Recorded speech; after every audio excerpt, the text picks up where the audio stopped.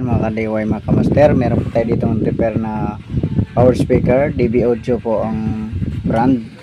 So ang problema po nito ay mahina ang kanyang sound. So naka bluetooth po tayo. Ayan, pag binulyuman natin, yan, mahina lang po yan. Yan, mahina lang ang tunog oh. So kahit dito natin gamitin sa line, sa audio input, ganoon din, mahina din siya. Pero pag sa mic, malakas po siya. Natanggal na natin ang kanyang mga screw. Ayan.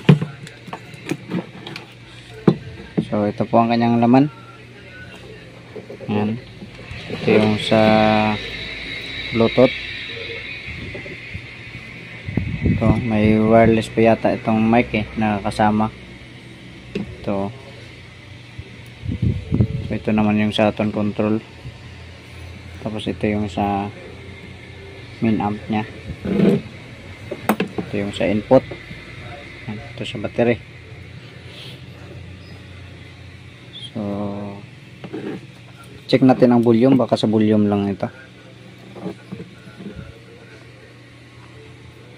Ito kinunik natin ulit sa Bluetooth. Ayan. Tapos pag binulyuman natin, ayan, mahina lang talaga.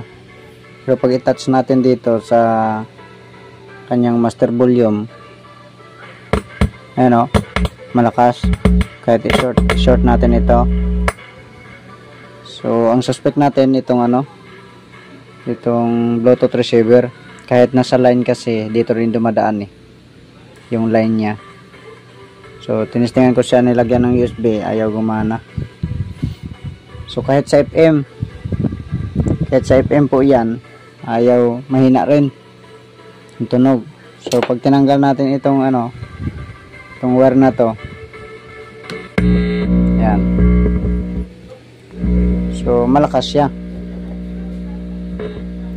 Ayan o, malakas o, yan, malakas. So ibig sabihin, dito talaga sa mahina. So pag pinindot natin dito para maglakas ang volume, so naka 32 naman siya. So sagad naman ang volume dito. So ito talaga ang problema niya, yung So subukan natin reheat o i-resolder kung makababalik pa ang dating lakas niya. Okay, subukan natin. Ito na po. Sinubukan natin na i-resolder itong mga chips dito, mga transistor na yan. So pag testing ko uli, ganun pa rin, mahina. Kaya isang one choice na lang tayo, kundi i-reheat itong IC na to. So pagkatapos ko siyang i-reheat, ay tinesting natin. So ito na po siya. Ito, nakakonect na yan sa Bluetooth. So pag binulyuman natin, malakas na siya.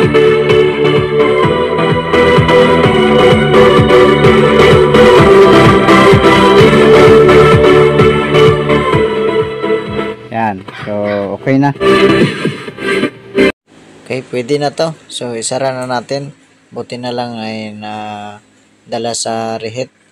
So okay, kung bago pa lang sa ating channel, ay huwag kalimutong subscribe and i-share din po natin sa iba. Sige, God bless po sa inyong lahat.